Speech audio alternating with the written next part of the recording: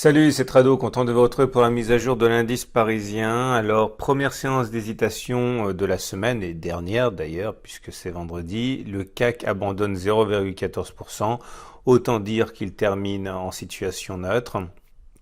Les chiffres de l'emploi se sont avérés excellents aux États-Unis, bien meilleurs que craint.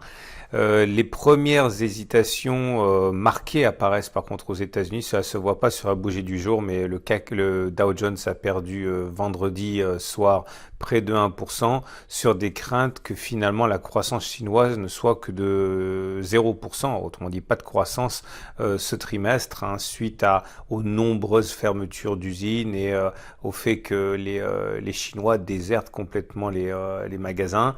Et cela a suffi sans doute à inquiéter et rappeler un petit peu à la raison les investisseurs qui continuent à gérer dans la plus grande indifférence le coronavirus, alors même que les populations, elles, sont plutôt inquiètes. Et cela est intéressant parce que cela pourra éventuellement aider le CAC 40 à prendre une décision lundi. Alors on va refaire les choses comme il faut dès le début. Première des choses, je vais en parler rapidement pour éliminer ça du graphe. Regardez, il y avait un gap qui a été ouvert ici, puisqu'il n'y avait pas de cotation entre les plus hauts de la séance du 5 février et les plus bas de la séance du 6 février. Ça s'appelle un gap.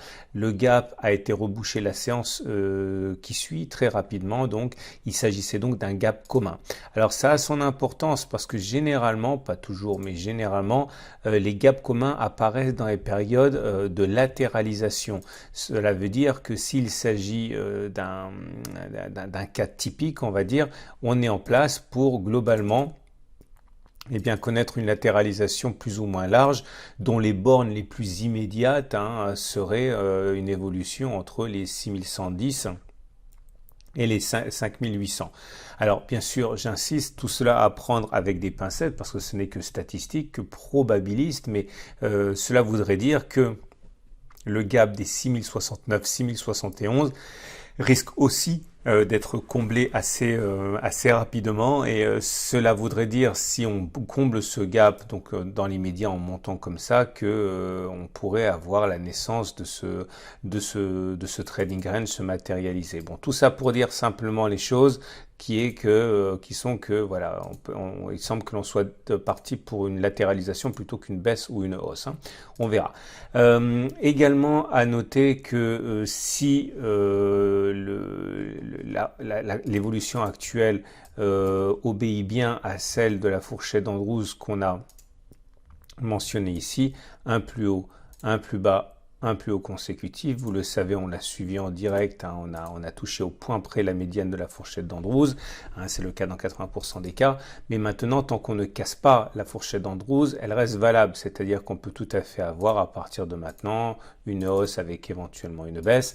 Je suis en train de simplement dire ici que ceux qui ont plutôt un biais baissier par rapport à ce qui se passe actuellement, ceux qui pensent notamment que la hausse depuis 5 séances, près de 4% quand même, s'est faite sur du vent et que la baisse va reprendre, on a un excellent timing d'entrée ici puisque si on veut jouer la fourchette d'Andrews, l'idée c'est de mettre un stop au-dessus de la fourchette d'Andrews, mettons par exemple à plus 1,8%. Si vous tradez de la manière suivante et que vous visez une accélération baissière, il faut viser au moins 1,8%, donc par là. Donc on a un très bon ratio gain-risque, puisqu'on si la baisse repart chercher le support journalier des 5800 par exemple, vous pouvez faire moins 4% de gain pour, je l'ai dit, 1,8% de perte, un excellent ratio gain-risque.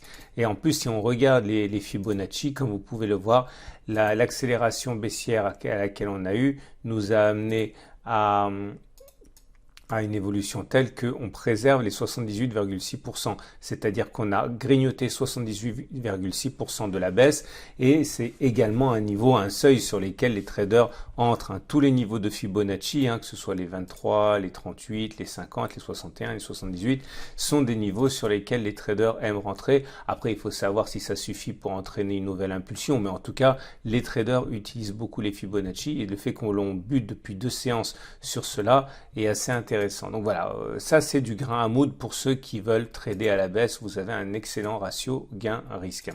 Maintenant, ceux qui veulent plutôt trader à la hausse, ici je considère que le premier point d'entrée avec un un ratio gain-risque intéressant serait un retour sur le support journalier, hein, parce que n'oubliez pas qu'il faut mettre un stop en dessous d'un support normalement, hein, et si vous attendez que l'on revienne sur cette zone, que vous mettez un support par exemple à 0,5 ou 0,6% et que vous visez un retour sur le haut de la fourchette d'Andrews par exemple, pourquoi pas les précédents sommets, bon, pour être assez conservateur sur la fourchette d'Andrews, voilà, vous êtes à plus de 0,90%, on a un ratio gain-risque qui est intéressant aussi, donc ça c'est plutôt pour ceux qui sont haussiers.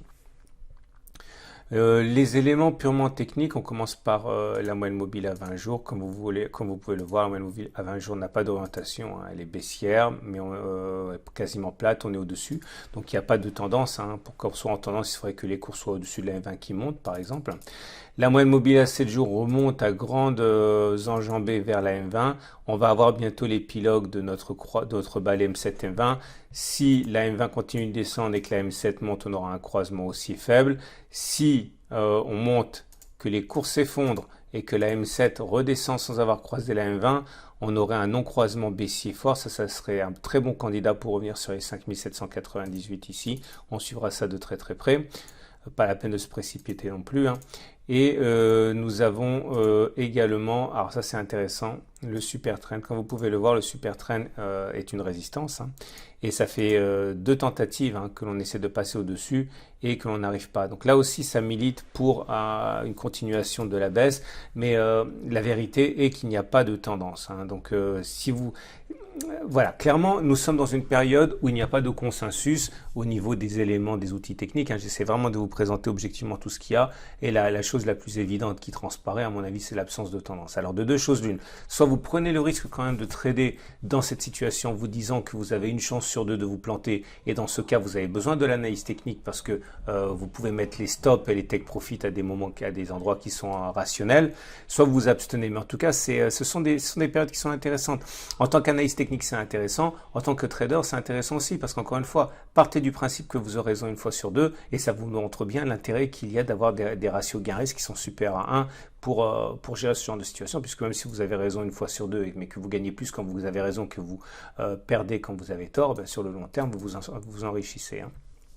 Alors, je n'ai pas parlé des autres indicateurs techniques. Alors les autres indicateurs techniques, ben, ils sont aussi, hein, vous voyez, c'est vraiment très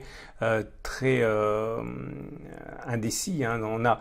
On avait les indicateurs techniques rapides qui sont passés haussiers lorsque le CCI est sorti de la zone de survente, le stochastique aussi, le MACD a croisé son signal. On avait dit que maintenant il fallait que ça se diffuse aux indicateurs techniques. Là, c'est fait. Le MACD au-dessus de son signal, le momentum est positif et le RSI au-dessus de 50.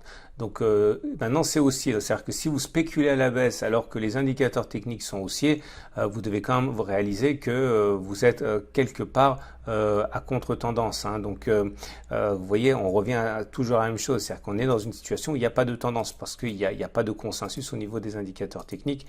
Et pour terminer, l'Ishimoku qui lui également donne un signal de neutralité modérée, enfin on va dire plutôt de neutralité ou de hausse modérée, tout simplement parce que vous avez une situation où les cours sont au-dessus de la Kijun, au-dessus de la Tenkan, au-dessus de nuages, mais toutes ces courbes là s'aplatissent.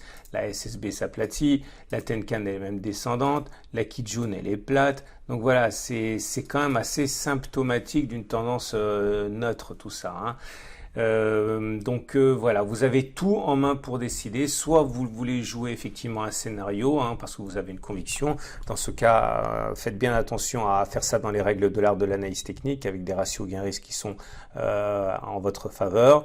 Soit vous refusez pour l'instant de prendre position, ce qui est mon cas, hein. J'ai autre chose à trader que le CAC 40. J'ai pas besoin de trader le CAC 40 sur cette unité de temps, donc je vois pas pourquoi il faudrait le faire, hein. Et dans ce cas, vous faites rien, vous attendez que ça se décante et c'est tout aussi bien. Voilà, je vous souhaite une excellente journée et n'oubliez pas de regarder les techniques de moyen terme en fin de week-end. Ça pourra vous aider également à savoir ce qui va se passer, puisque je vous rappelle que ce n'est pas la queue qui remue le chien.